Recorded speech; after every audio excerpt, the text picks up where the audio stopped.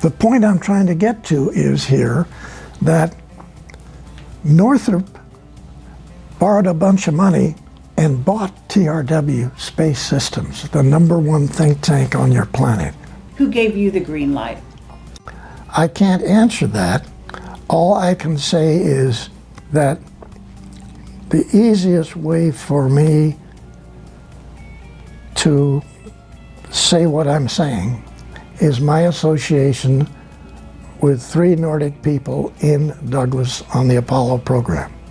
During World War II, Germany was taking extraterrestrial information and putting in production 12, 14 different extraterrestrial type vehicles.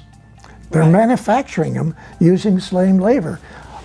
Almost 90% of that was taken out of Germany before the war even stopped. It was taken to Antarctica and is still operating there today. That there are some positive artificial intelligence out there, but that we do have incoming races of beings that are actually artificially intelligent, you know. Yeah, you can't even see them. Then they put the American flag up, okay? And then they start walking around taking their pictures. And all around the edge of the crater are all these great big things, which So are his statement, Armstrong. Sir, you've got to see these. They're massive. They're threatening. They're threatening us. So what I want to say again is you're saying everything was planned to 1999, and basically we were stopped at a certain point, and that's a very, you know, crisis point in your book, which is very exciting, but at the same time very disappointing to hear. So it's not surprising, because in a sense the general public certainly thinks we never went back to the moon. That's what they had in their minds. Now I don't believe that. So it went black, in essence. Yes. And this gets into a whole nother area, but I'm going to ask you my question in a minute. So, Michael, you were just about to tell him in answer to his question, right? We were talking about that. I also wanted to discuss, Bill, have you ever got a chance to meet Ben Rich? No. You didn't? No, okay. I didn't. I wish I had. Okay. Because these beautiful people. Do you think that Donald Douglas Sr. consulted with Kelly Johnson and secrets were traded? Do you think that's something that... No question. No question? No question, Can you yes. drill down on that a little bit?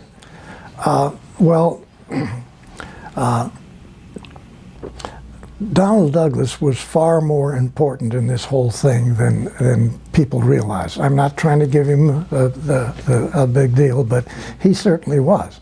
And so he, for instance, knew Northrop. And I want to sort of level out on Northrop, because remember, TRW systems that came on after all of this early program things, TRW came out of the Douglas think tank. That's where it came from. And so TRW then had what constituted, I worked there for a number of years, they had unlimited funds to literally study anything, okay? Any subject you want. So the TRW staff, the president, and many of the top engineers were in the Douglas secret think tank before. And so not only did Douglas talked to TRW, but Douglas talked to Northrop. Douglas talked to Lockheed. These fellas were not exchanging information because they were competition with each other. But at a technical level, they talked together. And they then, like the first package that I flew to Lockheed in the valley there was the first paper that Lockheed had, which formed the think tank. And so collectively, the information was individual for each of the companies that we flew packages to, but there was also coordination between, like Douglas Senior and the top people at Lockheed. And it's not that they were trading information, but they were at the same level diplomatically, and they communicated. And so Ben Rich, what he said before he passed away, I think is extremely important, because he, in one statement, he came up with what the real situation was. And he's leaving that with, okay, it's you guys' next move. It's your next move. This is what he's telling you. It's there. You can leave it, you can back off, or you can participate. I think those words were unreal, truthfully. That's sort of a box of the whole situation. And those guys in the skunk works at Lockheed were right on, okay? Now, I did work for Lockheed 3 different times. One, I worked for Nav Space. I was working for Nav Space in a facility inside of Lockheed. I delivered documents to Lockheed, actually 4 times, and I worked for Lockheed 2 other times. I actually worked as a research wind tunnel model expert. Okay, so and that was the first time I actually worked for Lockheed. But I had delivered packages to Lockheed 10 years earlier, and so my participation with them was then different than my participation with Northrop, because I actually worked for Northrop for 2.5 years. And the point I'm trying to get to is here that Northrop borrowed a bunch of money and bought TRW Space Systems, the #1 think tank on your planet. Holy cats. I mean, this is wild. Northrop borrowed some money. They went to Virginia. They bought the U.S. Navy's shipbuilding company that builds aircraft carriers. The massive #1 facility on the planet that builds aircraft carriers. Now listen to this. What did they do that for? So they could take their engineers, crawl all over aircraft carriers, look at it, and figure out how to make a 790-foot aircraft carrier into a kilometer-long spacecraft carrier. What better tool could you buy? Wow. I think that when we address all of these things that the different people have done, it's mind-boggling. I mean, it really is. And you Okay, well, what about Boeing? Okay, Boeing is also involved with building And Rockwell. building spacecraft carriers. And Rockwell. And also what we call, I'm gonna say something here, because I worked on a very short term assignment for, I think it was Boeing, and I was working for the top guy, and they were gonna be designing these, I don't know if it's, I'm not good with this stuff, but F-35 or whatever kind of plane. Yeah. And all of a sudden, they designed a Starship Enterprise, and they took the whole division, and like in 2 weeks' time or less, and you know that aerospace, they move very slow normally, at least in the public domain. They packed everything up and they shipped it all down to a location somewhere like Redondo Beach. I don't know where it was. Further south, like maybe even further south than Redondo Beach. And they took some of the employees, and I don't know about all, but I mean, it happened so quickly, but I was working for the top guy, so I know that that's what they went to build. Fabulous. So, Ties right in. Perfect. Yes. yeah, so you're right on it, and you know, and it was exciting because they were excited to be packing up and going to do this exciting new project, and I almost, you know, wished I could go with them, you know. Right. But of course, that wasn't my line of work. Yeah. But yeah, so I mean, it's fascinating what goes on. Now, what you're basically describing, though, is a secret space program that went secret, kind of like gradually in a certain way, because some of this stuff was out in the public domain, right? Yes, it was. Yes. And yet the secrecy became more and more dense over the years. And I know a lot of people are puzzled by that. So have you got an evaluation or a critique of how the secrecy got so tight? Is it the infiltration of the reptilians and the fact that you've got Nordics on one side, reptilians on the other, influencing the program? Well, that's one of the keys, yes. Yeah. And then you have the Dracos influencing the president of your country. So this... Okay, so are we talking Eisenhower, Truman, who are talking, all of them? Yeah, all of them. Really? All of them. Yeah. Okay? And all But with... I thought the president doesn't have any real power. Does he? He has some power.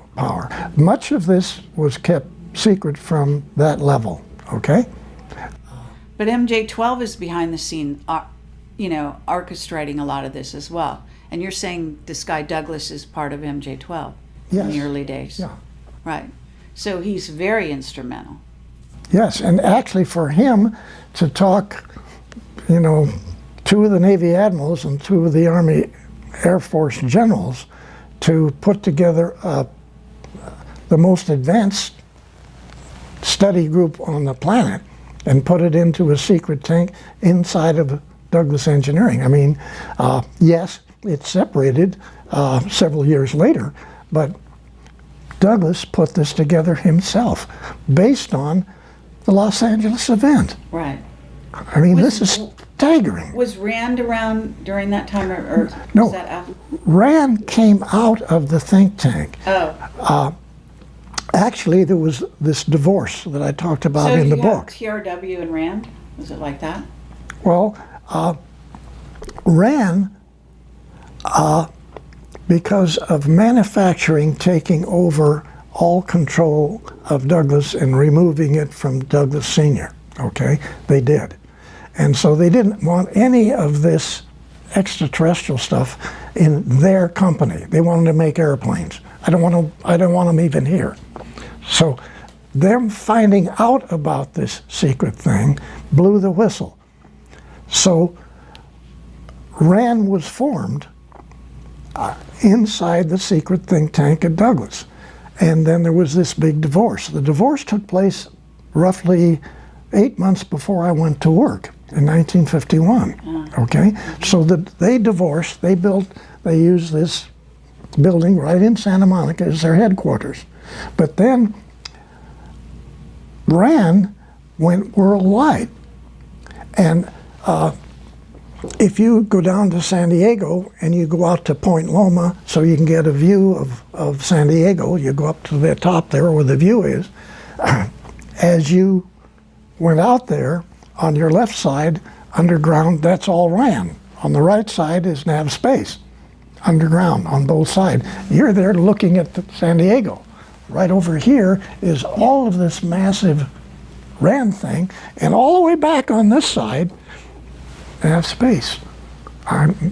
You don't realize what came out of the Douglas think tank. How many years is this? That's 70 years ago. I mean, this is crazy. Okay, but let's also talk about NASA a little bit. Okay. Because at a certain point, I mean, you're coming from Douglas. This is a aerospace an aircraft company, and you're bringing changes to Apollo that affect NASA. Yes. Okay, and top dogs at NASA are Debus and von Braun, and they're Nazis, Yes. and they really were Nazis. They were. They're Okay. SS. And okay, so it appears from your book even that NASA is maybe the first place that's infiltrated by Nazis and that ideology. Yes, that's correct. And so Paperclip was not just 10 or 12 German fellows coming here. It was a massive number of a tremendously massive organization that a little bit of it went to Moscow. All the rest went to Antarctica in those big caverns in Antarctica. You got 5%.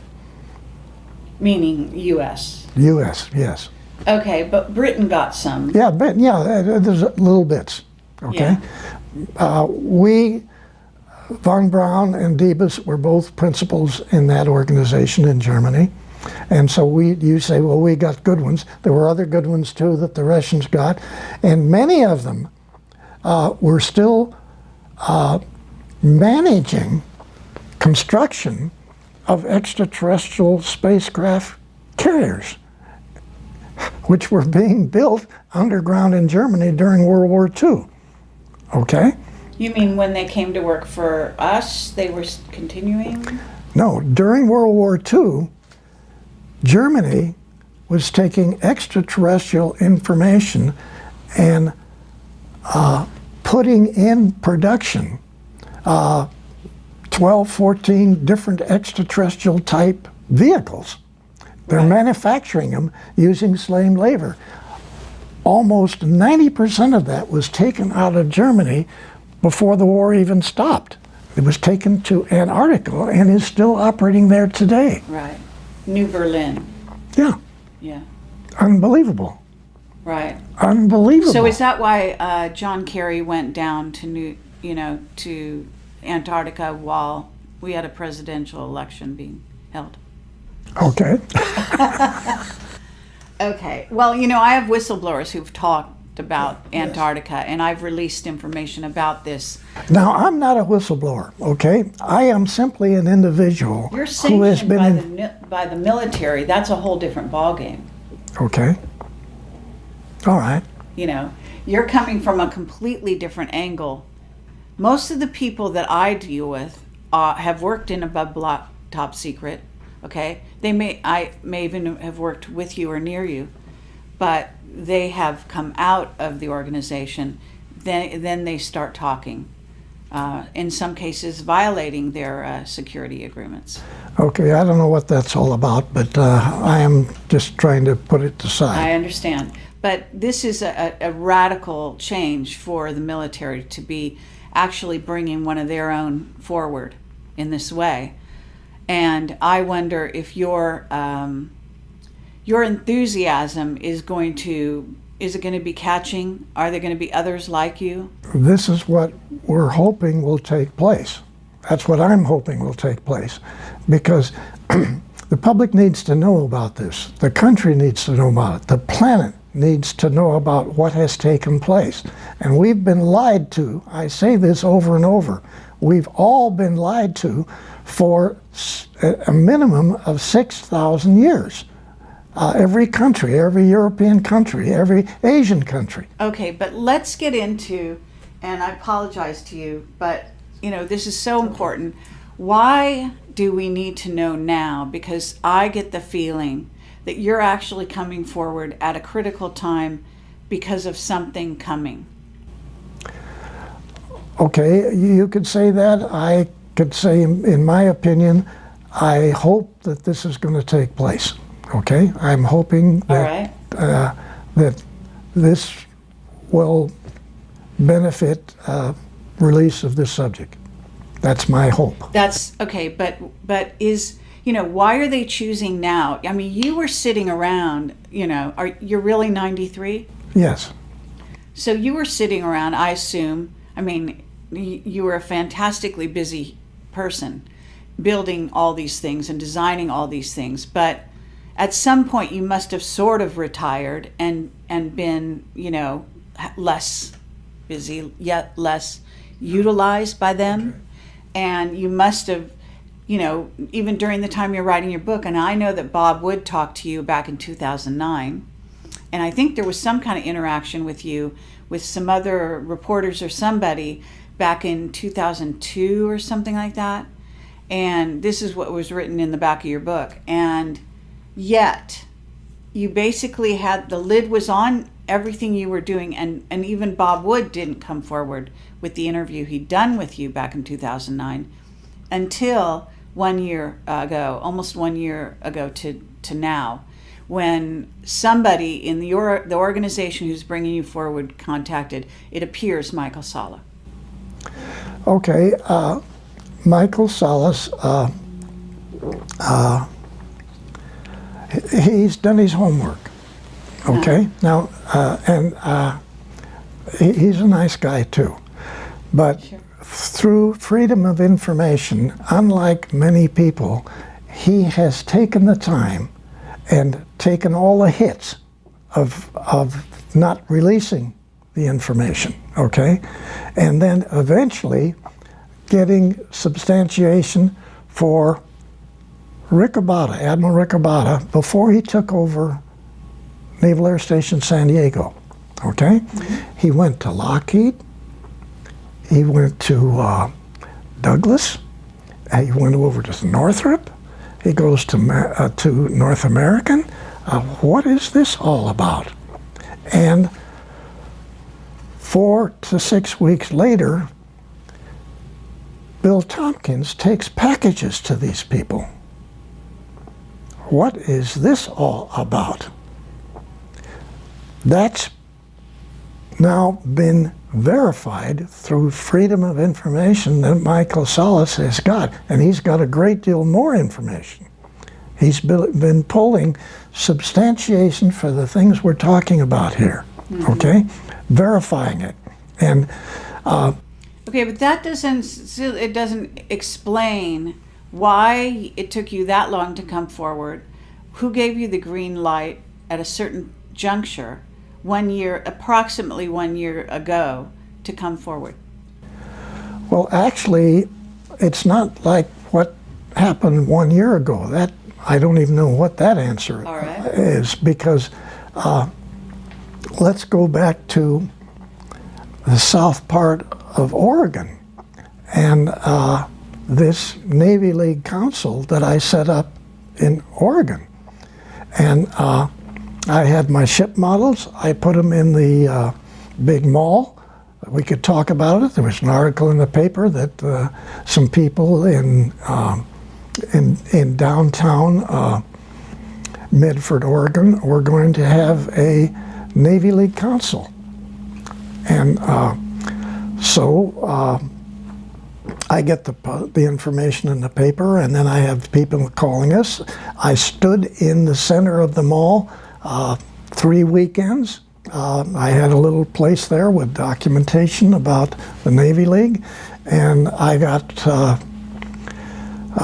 70, 80 people within about 3 months, and we formed this Navy League Council. Okay, what year was this? This was 2009, 2007 time period, and I contact the commander, Naval Air Station, Naval Base, Washington, D.C., who's commander of Subgroup 9, the Boomer subs, and I talked to him, and I talked him into coming down to Medford, Oregon, in the big restaurant there, and throwing holy water on this new Navy League Council. And admirals don't do that. Admirals don't do that. Maybe a lieutenant does, or maybe a commander, or a lieutenant commander. Admirals don't do that, okay? Don't ask me how that happened. Somebody threw a little bit of whatever, and this admiral, who has a fantastic background himself on the subject, So we talking throws Bobby Ray holy Inman? water on Navy League Council and the boondocks down But in... are we talking Bobby Ray Inman at this point?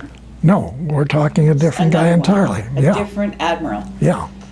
Can we know his name or not? I'd rather not put it in now, but right. I'm just saying...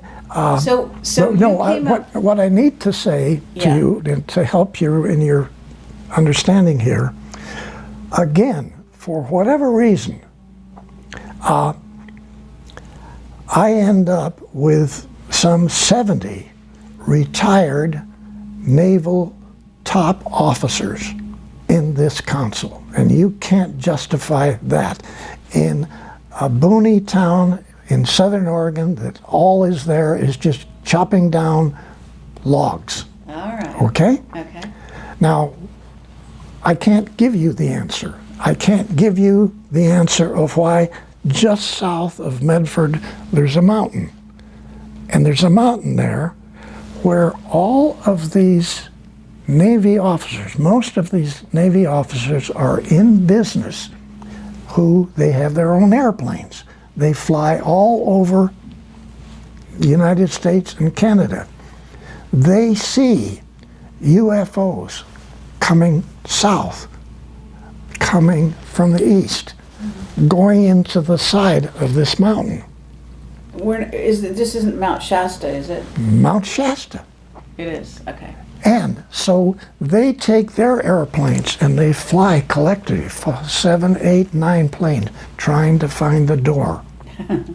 And they don't find the door. And then while they're doing this, 2 of them come out, Right. just next to them, fly right past their airplanes. Pretty awesome. Oh my Yeah. gosh. What did you say? So what are all these, how, You know, look, you're in contact, even to this day, with Nordics. You're being influenced. You're being communicated with Telepathically. Yes. Okay, so that's what they did. They basically kind of telepathically said, "Hey Bill, this will be a great idea for you.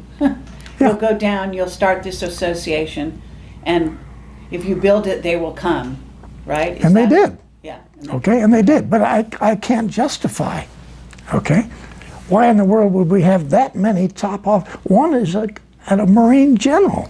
Yeah. We had 7 captains. Well, I can help a little bit with this because as a psychic, whatever you want to call it, I can say that I did go to Shasta, and I was communicated with by the Telos people, who had told me it was extremely sad story about how the reptilians had taken over Shasta, and that their whole civilization was at risk. So they perhaps were sending out the, signal, and this was in 2010. Mm-hmm. Okay. And so we're pretty close in dates here Yeah. as to when your thing happened. So you were kickstarting the whole operation. Right. Yeah. Okay. Yeah. And and that was very moving for me and very shocking. Very shocking. And it was evident also in the terrain. You could actually see there was a frequency fence of some kind that had been put up in that area that was actually killing the wildlife in Yes. the pine trees and everything. You could see everything was starting to die. Yeah. Which, But I have to say, it's really almost laughable that you have all these Navy officers. They're all in business, which requires them to have an airplane. They fly. They're talking back and forth between their airplanes. One guy's coming east, the other guy's north, and one comes out of the mountain here, another guy comes in on the other side, and then actually when 2 of them are flying together, They come right out and go between the two airplanes. I mean, this, and then you say there's no UFOs, okay? I mean, to me, Well, I don't say there's no, I'm being facetious. Yeah, I know what you mean. We collectively say there's no Yes. such thing as I extraterrestrial. mean, it's, yes, of course, and that's back, back in the ABCs of Yeah. this whole subject matter, but amazing stuff, really, it's just amazing, and so that does answer some of my question in that small way, Okay, of yeah. how this thing germinated to where we are now talking today. But Michael, I know this is jumping back a bit. That's okay, that's all right. I'm But- okay. Did you get your question answered about the moon? Yeah, I think so. I want to just kind of get back on that really quickly. Bill, when Neil Armstrong and Buzz Aldrin landed at Tranquility Base on July 20th of 1969, were they given foreknowledge of what they were going to find when they got there, or were they just flying blind and they saw? Sort of had foreknowledge. Let me tell you why. Okay, we talk about these. You've heard their comments about, oh my gosh, there are other crafts out here. This is before you get to the moon. They're flying from here to the moon, and so then they describe some of these. Okay,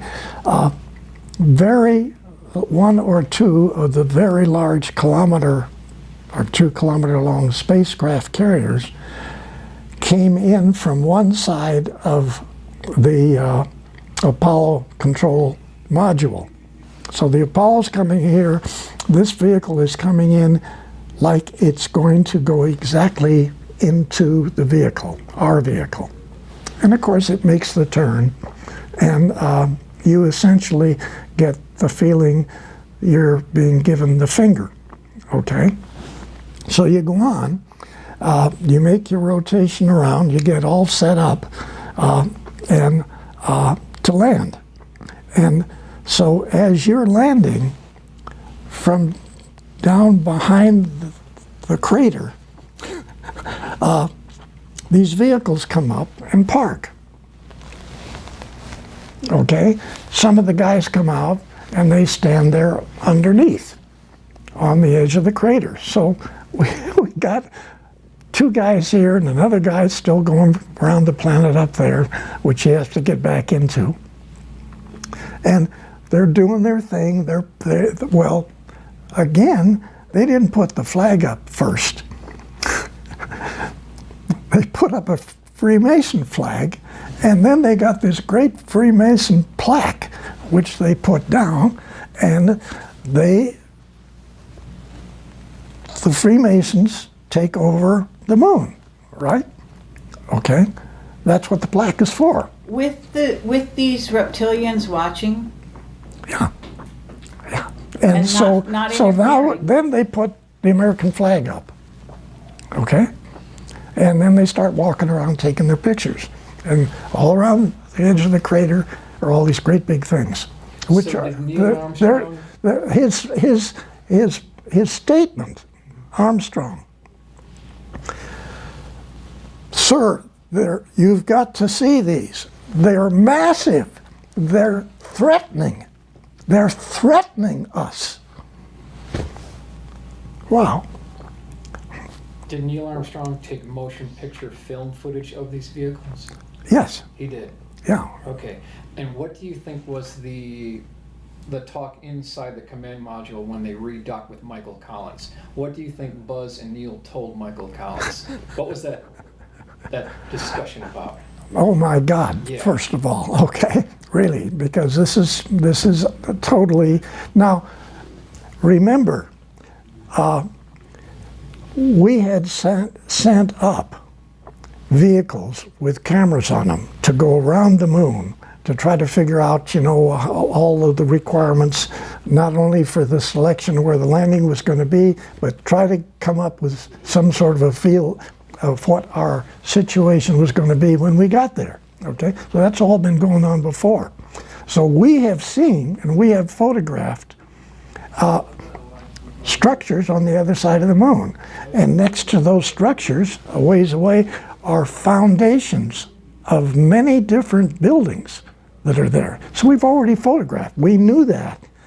Okay, well, I'm going to go back even further than that, though, because we know the Nazis had been to the moon, right? Yeah. You admitted that, and not only that, but one of my witnesses, Mark Richards, is Captain Mark Richards from the Secret Space Program, from Space Command. He is a Navy, he was a Navy officer on the side of the Navy, and he was, I don't know if you've ever heard of one of the craft that he was famous for flying, which is called Minerva, which is an artificially intelligent craft. Vehicle. Vehicle that very few people can apparently even interact with, let alone drive. Yeah. So Okay. he's in prison in Northern California Mm-hmm. because he's, I guess, he's been framed for murder, and he's the enemy of the reptilians who are in office and Dracos. But he said that by the 60s and early 60s, we had a base on the moon, even though we'd been told no, we couldn't. Okay. And he said that's because Curtis LeMay wouldn't take no for an answer. Could be. I don't know. That sounds a lot. You don't know about that No, part. I don't know. Okay. But that could be possible. All right. Okay. And he read your book because I sent it to him, and he said it lines up with everything he knows. Okay. I'm sorry he's in prison. Yeah, well, I think that, you know, with your revelations, maybe someone could actually turn some keys somewhere and get him out. Yeah. He's almost an elderly man at this point. He's in his late 60s, I think. Oh, okay. Not as old as you. Yeah. But he was chosen the same way you were, he said, when he was Yeah. very Well, young. that's where I was trying to get back to him, that All right. it's not just one or two people that are selected, okay? There's hundreds and hundreds of these people actually all over the planet. There's Russians too, and there's Chinese. And so, but unfortunately, not making this nice, some are on their white hats, and we like them, but we've got a lot of people with black hats that are selected to implement whatever. And this is a real problem. And you can't cover this part of it up and just say, I don't believe that, okay? Oh, yeah. We are stuck with situations, plural, not one, but situations with which we don't have control over. And we are being used, we have been being used, and I hate to say this, but we're just a laboratory for them. Stop and think, that's not your moon, this is not your planet, and they own the planet, and we are their lab. We're their laboratory, and they're associates laboratories, other extraterrestrials Right. coming in, doing their agenda. Yes. And- And this has been going on for eons, and we know about this, but I have to say, there is a reason for all of this. And Yeah. I want to get to this idea that the Nordics are coming here. Mark said the same thing to me. Around the same time you're releasing this, he was saying to me on my one-on-one interview with him in prison, I go to interview him in prison, I've done it 5 times now, and he said the Nordics want the humans to come up to speed militarily and in terms of consciousness, etc., so that they can join the fight against the reptilians and Dracos that are basically plundering the galaxies, taking over planets, etc. And you've said something very similar to that. Yeah, I have to agree with that. I'm just saying that this is our situation, and it's And our military is very aware of this.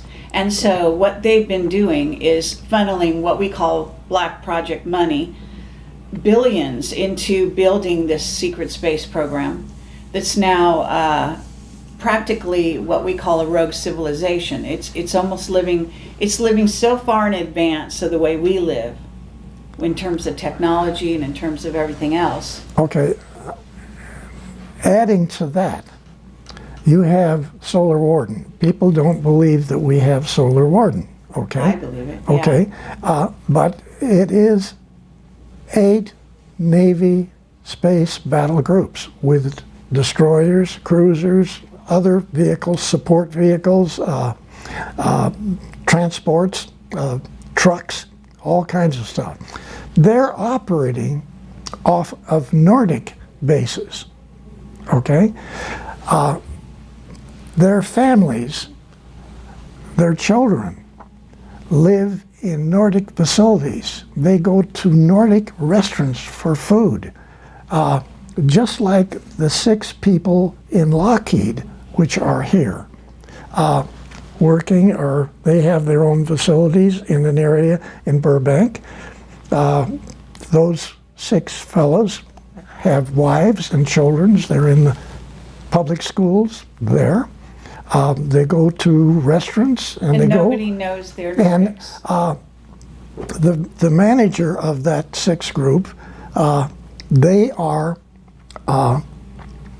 they have their own mission, which again is talking about this region of the galaxy, this arm, and so they could just as well have been on board the moon facilities, but they're local.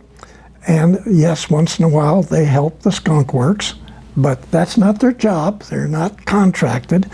And okay, he lives 3,700 comparable years, and so do the children, the wife. Okay, the children go to the schools, but every hour they put in class, they're being taught telepathically their own information, because they can finish a 4-year college degree by 9 years old. Mm-hmm. Okay, sure. And they're right here in Burbank. Now, yes, we've got all this other stuff out there too that's being operated in the same manner, and those people are they're not necessarily here as a contract to help Lockheed, but yes, they do once in a while talk with the skunk works, make side issues, make side suggestions. So Okay, but what about you? Because you're 93 years old. Were you not offered to live 3,000 years, or did you? What's your relationship with them? Are they just giving you upgrades so you lasted even this long, or are they gonna allow you to leave the earth and leave this body, this vehicle, and go back and join them? Let's talk for a minute about extended life. Yeah. Okay? Now, extended life didn't start here in the United States last week. Okay? Mm-hmm. Extended life was even implemented into the information that the Draco-reptilian group educated some of the German people. So no doubt about it. 'Cause I yeah. have Now, eyewitnesses. so again, you say, well, what's extended life? Extended life was heavily involved in the secret think tank inside of Douglas. Okay, another subject. But then at TRW, where I worked later on, it was a really big program. I mean, really big program with hundreds of people involved. Okay?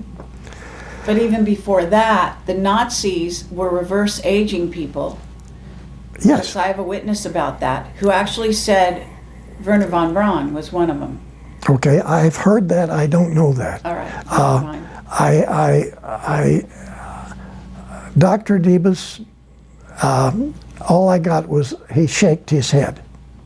So I don't know that when that came up. Shaked his head no or yes? No.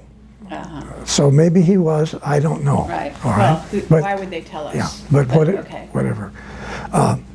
And I spent a lot of time with that whole week with essentially the #1 guy managing NASA. Okay. Right.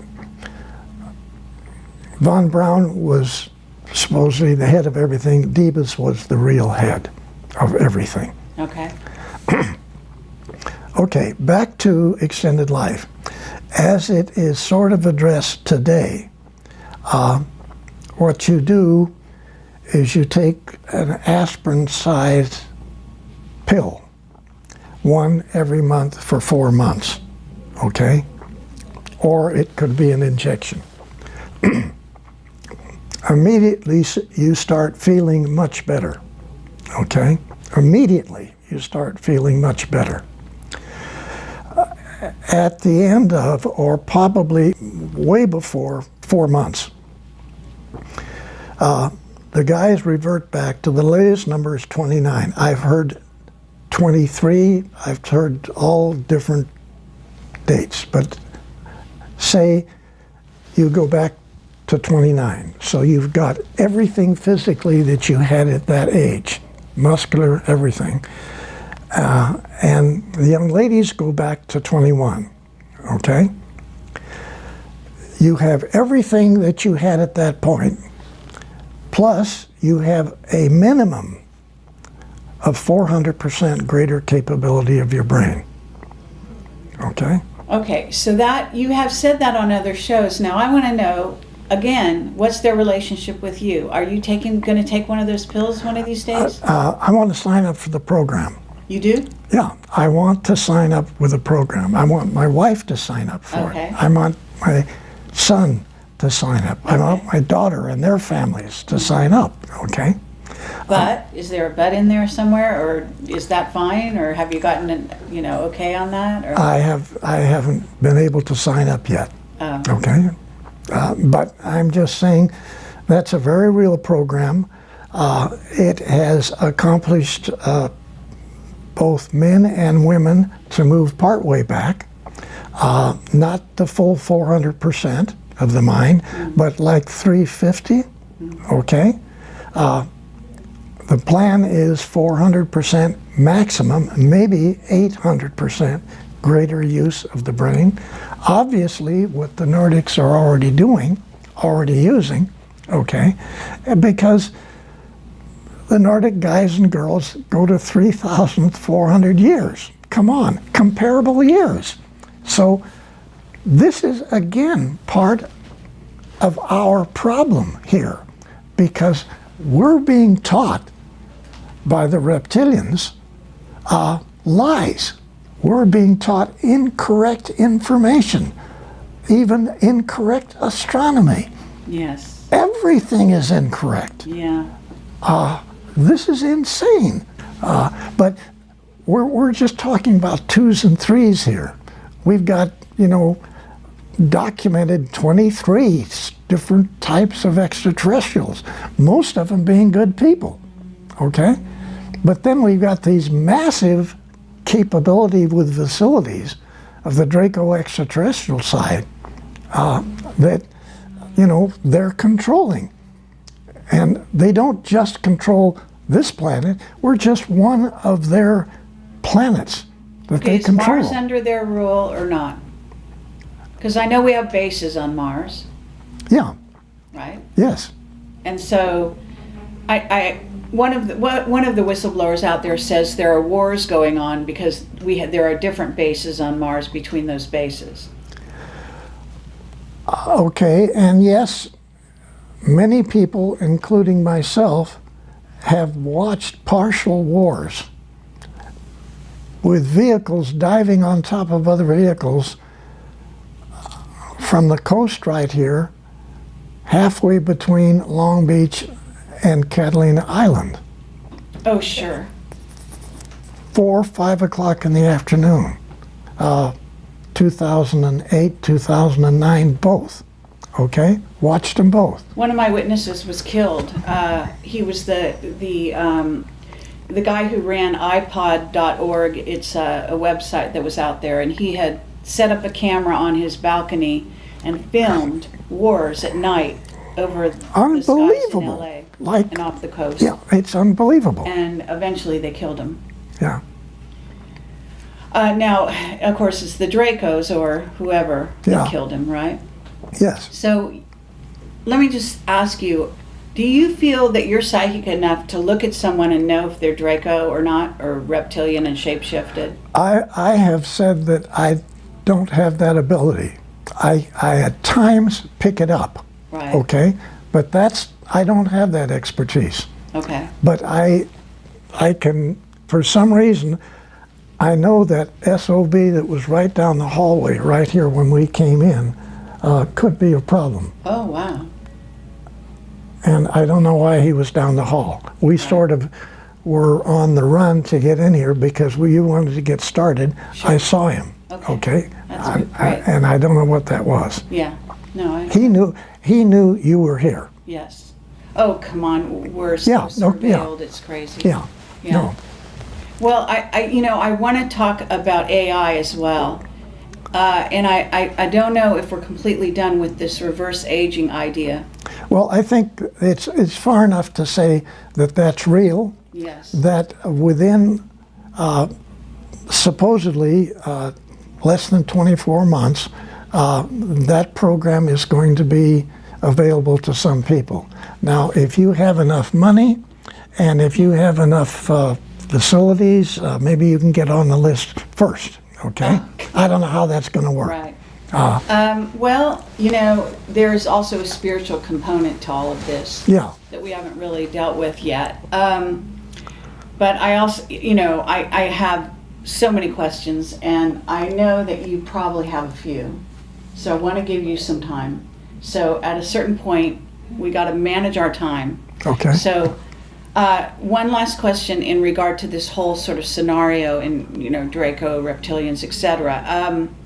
Mark Richards talks about the raptors as being a group of reptilians that went off planet after the dinosaurs. That when they said the dinosaurs went extinct, they didn't actually go extinct, but Yeah, there a certain group of them, from what I understand, went underground and stayed Yes. here, and then a certain group actually left the planet, and they're called the raptors. Have you ever heard about the raptors? I've only heard what you've just said, okay? But And that they have aligned themselves now with our Navy and Air Force. They're closest to the Air Force, and that they're working with us because their queen was basically told, in essence, that their trajectory of their race would be more positive if they align themselves with humans in a positive way instead of continuing to eat us.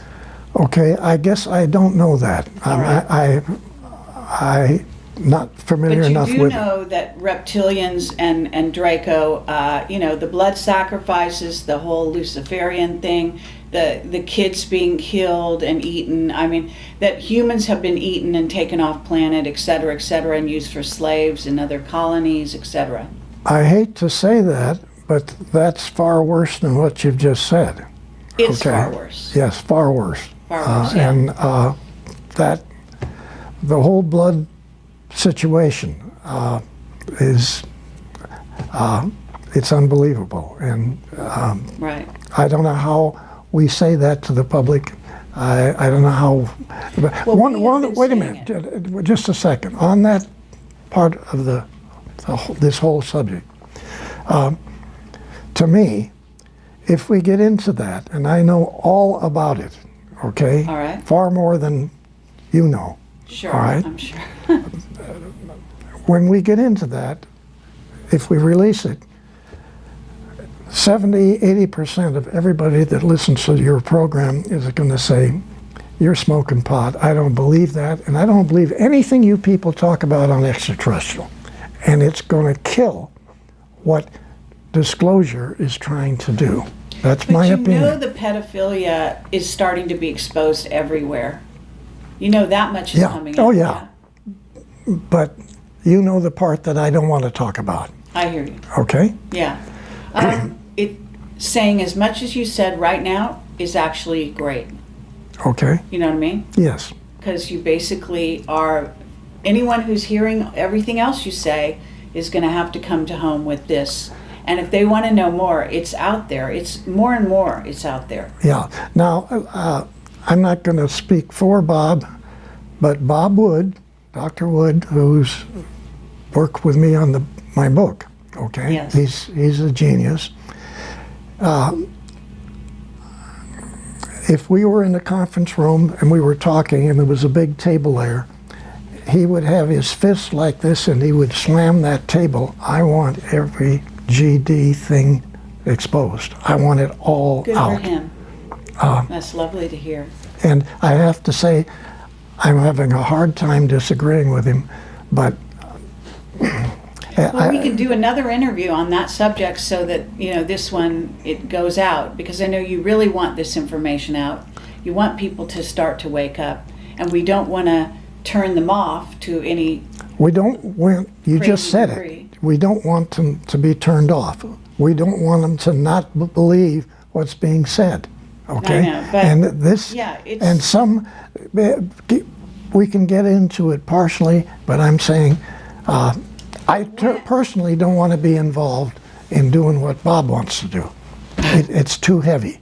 I All think right. I think it's gonna really hurt getting more people to get involved in this subject.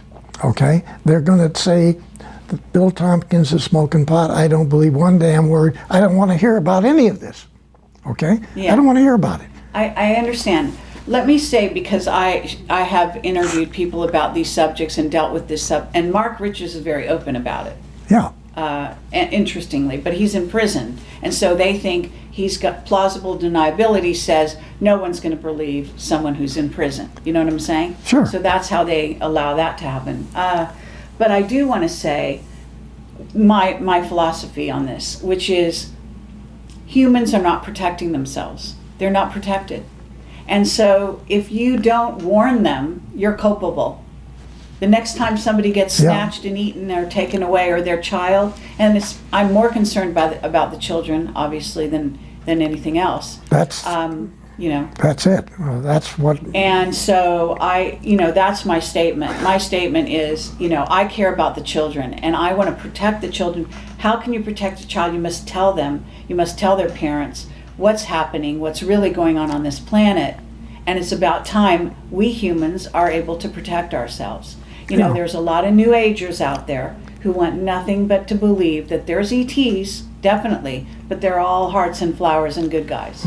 Yes. And this is such a dangerous thing to put out there, because again, you get humans that will not be able to protect themselves. That's And also not understand, some people get the wrong idea about Camelot, but I'm actually in favor of the military.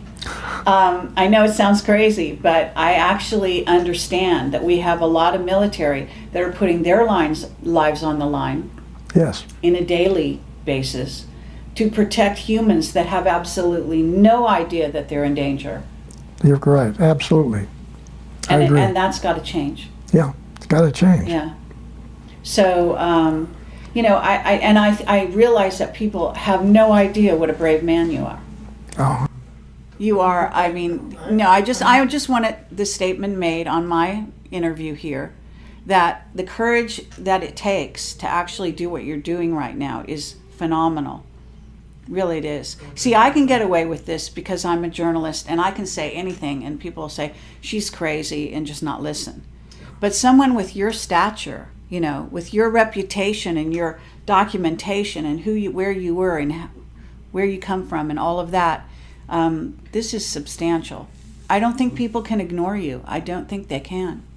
well, I sure hope they don't, because frankly, we need help. Yeah. We need everybody involved in this. That's not a lie. We need help. Yes, absolutely. So at this moment, what I want to do is I'm going to get back to AI at a certain point, but I want Michael to ask any questions he's burning questions that you have right now. Okay, that's fine. Bill, let's switch gears here, but we're still on the same topic of naval programs. What was the primary mission of the 1946 naval program known as Operation High Jump, and what really happened? Very interesting. Essentially, the World War II had ended. We didn't win. It's just sort of ended. And the Navy had been involved with the German facilities in Antarctica and the Draco-reptilian facilities in caverns in the Antarctica. And this program was well accepted. And then when Paperclip took place, this is where many of the German elite technical people left Germany and went to their facilities in Antarctica. Some of them went to Russia, some went to England, and a large number of them, Von Braun and Dr. Debus and their people, came to the United States. So there's an admiral called Admiral Nimitz, and he got with another Navy admiral, and they formed the largest U.S. Navy battle group that we had ever had, with the number of ships and the number of facilities, personnel. There was over 400 airplanes involved. Many of them were enormous flying boats, PB-3s, TBFs, which were all in this battle group that went to our South Pole to clean up the mess down there, okay? There are large tunnels underneath the water all around Antarctica where the Germans, with very, very large truck submarines, had been taking facilities from Germany to Antarctica, the facilities had in Antarctica. So everybody said, we got Paperclip here in the United States, but you don't realize that 60–70%, even slave labor personnel, were put in these submarines and taken back to Antarctica through these big tunnels to very large facilities. So yes, there were extraterrestrial UFOs there too, and there were some production German UFOs also. So when we got within what you would call battle range of Antarctica, we had already flown half of our aircraft to the other side of Antarctica with the facilities to enter the mainland from the other side. We were going to come in from essentially the Pacific side. So UFOs came up out of the ocean at both sides. They eliminated every aircraft, including all of the helicopters, flying boats. Every aircraft we had were eliminated in about 20 minutes. We had already started operations, landing type operations, and those ships and all those personnel were sunk. They ended up going to the bottom of the ocean off of the coast. So Admiral Byrd and Admiral Nimitz, with the tail between their legs, took off back to the United States as fast as they could go, okay? And never went back. a little bit like going to the moon and never coming back. Okay? So that mission obviously failed to do any damage because they were supposed to go out there, pick up a bunch of prisoners, bring them back, and then blow up all of the facilities with this massive U.S. Navy battle group. And we didn't do that. We came back and we're not going to do that again. I think that basically says what the mission was and what happened, okay? And essentially, you haven't gone back again since, and you probably never will. So you don't have the capability to fight the Draco-reptilian technical capabilities. But there are people going there. Yes. There are military going there. Yes. And they have also a telescope there that's supposed to be specially stationed to look for the incoming of Planet X or Nibiru or whatever. Well, they have a facility there like you have, your Air Force has at the Offutt Air Force Base in Omaha, Nebraska. There's a picture, a drawing that I made in the front of the book where it shows the command center, which is not a command center. What it is, it's a receiving center for information in this part of the galaxy. Right. For us. And then you have a separate command center that the Air Force has in that big mountain range. But the one we're talking about is like the Dracos have that the SS still uses, which is in Antarctica, and it's a controlling area of incoming vehicles that are not German or primarily not reptilian Draco type facilities. They could be Nordic, and they don't want the Nordics there. So that telescope facility also has much greater capability than any telescope that we have, and we just had in the last couple of 3 months found out that there are 2 trillion galaxies out there. Wow. So we got better capability as far as we're concerned. The ones that the Draco-reptilian have in Antarctica is much bigger than that. Wow. Okay, but how is it that the humans are they do go down there? Are you saying that the ones that are allowed down there are Draco or reptilian, or are you saying that they allow them to come and go because that's some kind of treaty or arrangement? Well, it's just a arrangement between what was left of the SS and the people that are working in Germany on extraterrestrial vehicles. They have them in production. Still. Today. And you went down there to clean that up, and you didn't win that battle. So there's still communication with even humans from here to Antarctica, and you have Draco-reptilian guys running your governments of every country on your planet. Every government. There you go. Wow. That's quite a statement. Does that answer your question? That answer. I'm sorry.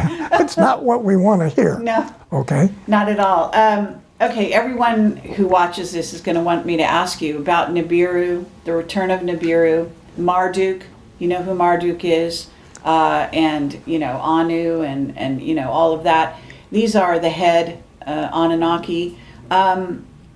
Do you think that are you able to talk about a return of a planet, or is it a planetoid? Is it a, Dyson sphere? I'm going to have to say, I'm not familiar enough, other than the title, with that operation.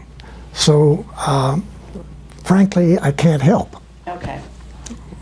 That's not my area. All right. and I know about it, but I know of it. Okay, have you been told, let me ask you this. Mark Richards says we're about to start Earth changes in a sort of a more major way. What I notice about Earth changes is a lot of times they're orchestrated and they're created by, by men or Dracos or reptilians. And that they're supposed to start here at, the beginning of 2017.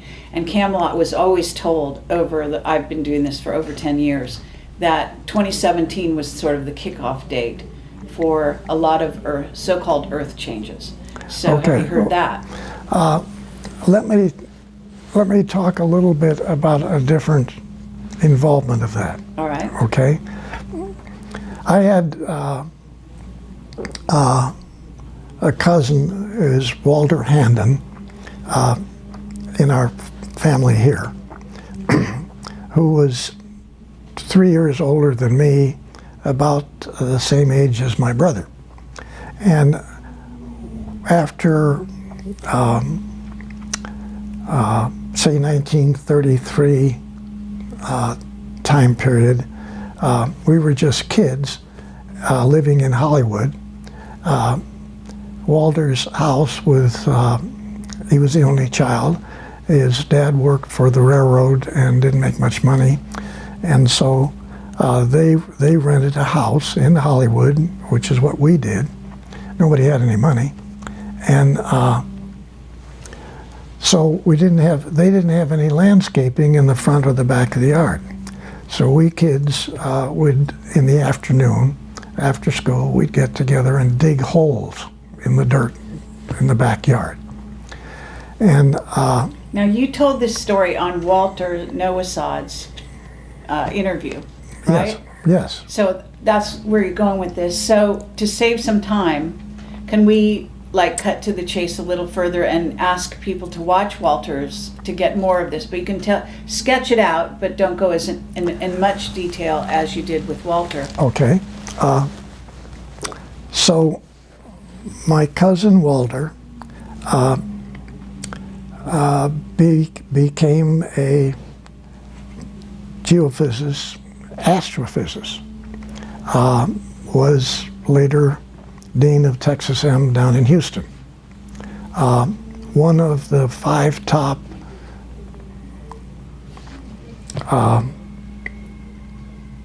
astrophysicists, I guess, in the country. And so he continued to come to California, and he would stay with us. We were living in San Fernando Valley, and I was working at TRW, and he was a consultant to TRW. And so TRW had astronomy and every other technical field going, with many different sub-laboratories working on it. And so we were very, very aware of the problems geologically with planet Earth. And this gets into not just Noah's problem, where he had the flood and he took care of it quite well, but there had been 7 floods since Noah's flood, and one of those was really bad. But what takes place here, and is a little hard to visualize, way back, the planet only had one continent. And as we know, those continents, well, the planet was trying to fix its uneven rotation. So the planet separated into different continents. So what's taking place since then, on every so many years since that took place, 2 major things take place. Well, 3, I'm sorry. One is that every so many years, the planet has literally dozens and dozens of volcanoes all running at the same time from Alaska down the Pacific coast to the Pacific coast of South America. The Ring of Fire, what's called. And Ring of they Fire. have these continuous volcanoes all going. Fouls up the atmosphere on the planet to where a lot of people don't make it. A lot of fish don't make it. Now, then separately, we have this situation where we have earthquakes. Some of these are really bad. Then the third thing is the real problem. Today, as we're talking, the Pacific plate is climbing up on top of the American plate, which would be United States, and it's getting ready to push it down into the magma. And the same thing will happen in South America too. It'll climb up over South America and push the Andes and everything on down into the magma. So not too many people live through these kinds of events. So essentially, planet Earth is not a really choice place to live from the geology standpoint. We know that there are hundreds of million galaxies out there. We know that there's millions and millions of stars in our own galaxy, and that there are millions and millions of other planets which are at supposedly the right location out from the star, not too close in, not too far out, rotating, which produce unbelievably 2 and 3 and 4 times the size of Earth, total Eutippides, unbelievable planets, unbelievable atmosphere, gorgeous places to live, okay? So when the people in the secret think tank inside of Douglas were doing their studies, they came up with a thrust to review the geology of the planet, confirm the situations with the support of the Nordics of moving people off of the planet to other stars, planets that the Nordics are very, very aware of, and live their utopian lives. Okay? So when you look on page so-and-so in that book that I wrote, Selected by Extraterrestrial, you're going to see a detailed drawing of a 17-kilometer long space transport, which came out of one of the many designs of extraterrestrial type vehicles for the U.S. Navy. Okay? Now you have to ask the question, what's the relationship of the geological part of the planet and the fellows that were studying our problem here, which of course was extraterrestrial, but then it's also geological. Wow. And so these two things were put together a long time ago. And yes, you got nice suggestions by your cousins, the Nordics. Look into this, gentlemen, ladies and gentlemen, look at it. Take a real good look at where you live, and what is the next date for either one of the three problems to hit us again? Okay. Oh my goodness. What is it? We're overdue, We're overdue for that day. unquote. Okay. Now, my cousin, Walter Handon, was in on everything that I just said. He was the top expert to the most advanced astronomical space think tank on the planet. Okay? So is he still alive? No, he passed away quite a few years ago. Oh, Real nice guy. right. He and I brought this stuff back and forth just continually. And for him to be consultant of the company that I'm working for, you know, that was really beautiful for me. Well, may I ask why, like, can the Nordics help somebody like that before they die, or is that a choice? I Or think, are you sure he died and didn't just go to another planet? okay, there again, a lot of people don't believe that they have many lives, okay? Some have more than others. Oh, okay? yeah, absolutely. I But believe we it. don't just die here and that's it, Sure. okay? We've got a whole lot of other stuff we got to do, okay? And so TRW, again, in their programming on that particular subject, actually told John Walder almost the date that he was going to step out, Oh, okay. and told him which of 7 different previous lives he was going to relive. New versions of. Oh, uh-huh. And I thought that was kind of cool. Right. Now, I can't prove that. I'm only saying this is what he tells me. Well, it makes And, logical and sense. I'm saying that I personally, my wife and I, our family believes that, you know, this is only part-time here. You've got a real job out there. Sure. And so there's got to be that relationship, yes. Absolutely. Okay. Very In good. fact, you're going to have a lot of fun in another one of yours. I know that. You do? Really, you're going to have a ball. Okay.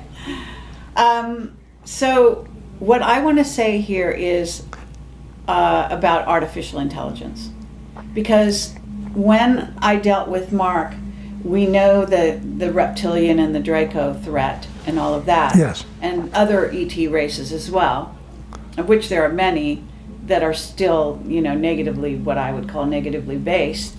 And maybe as big a threat as they are. The chromaton comes to mind, the dragon moss, and there's also some other very diabolical creatures that even the Draco and the reptilians fear, Yes, from what I hear. yes, that's correct. Okay. Absolutely. All right. And what about artificial intelligence? Isn't that a threat? I mean, I was told by Mark that there are some positive artificial intelligence out there, but that we do have incoming races of beings that are actually artificially intelligent, you know. Yeah, you can't even see them. There are some invisible ones, yes, he Yeah, said that. you can't even see them. Intelligence. So you've dealt with this? Yes, Yeah? no question. And maybe not 1 or 2, maybe like thousands. Oh, really? Okay, with agendas. Yes. And unfortunately, again, both pro and con. Right. White hats and black hats. Yes. And some of them are essentially supporting Draco-reptilian type of missions, Sure. and some of them are helping Nordic and the blue people. Okay, the blue guys are really good people, really. Yeah, I they're got that. Okay. Yes, I agree with that. So, you know. Wait a minute. This little dissertation right here yes. has been fun for me.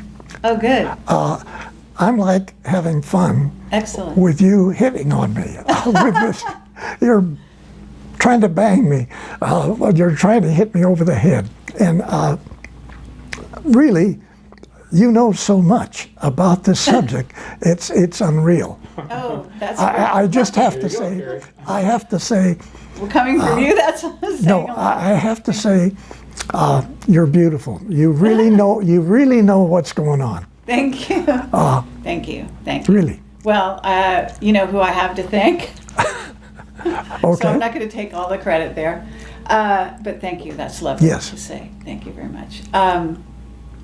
Okay. What are we on time? What time did you want to get out of here? It's 2 o'clock. It's 2:00. Okay. So we have kept you for a very long time. Okay. I can wrap this up here. I think Okay. maybe this is plenty of time for a person of your age, even though Okay. you're not always going to be this Yeah. age. Yeah. Get Right. But so I guess cameras are still rolling, and I guess we should wrap this up. And I want to say thank you I very love much. you. Love you. Love you, and Okay. thank you for your Yeah. service to humanity. Okay. Okay? Appreciate it. And I mean that from the bottom of my heart and the top of my heart.